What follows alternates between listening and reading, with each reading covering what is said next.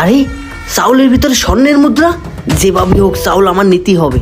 হ্যাঁ ভাই, চাল লাগবে? আমার দোকানে তো চাল নেই। হ্যাঁ, কেজি 10 মতো হতে পারে। ও আচ্ছা। ভাই আরে না না ভাই, আপনি যে কি বলেন, আপনি আমার নিয়মিত কাস্টমার, আপনাকে চাল না দিলে কাকে দেবো?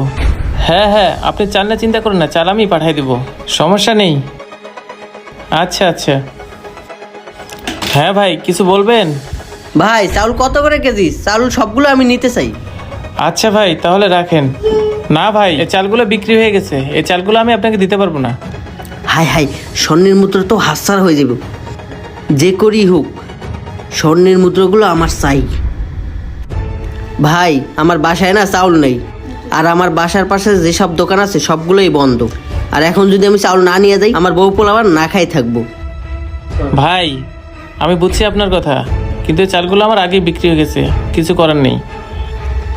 বুঝতে পারছি, দোকানদারে এমনি করলে কাজ হবে না, টাকা বাড়াইয়ে লোভ দেখাইতে হইব।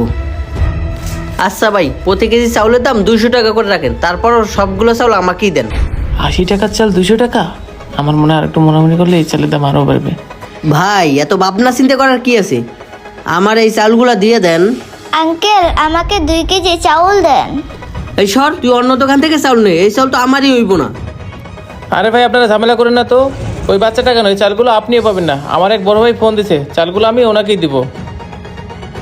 ভাই আপনারা দুজন আমার দোকানের সামনে ঝামেলা না করে আপনারা দুজনেই চলে যেতে পারেন। যান দোকানের সামনে থেকে, ঝামেলা করেন না তো।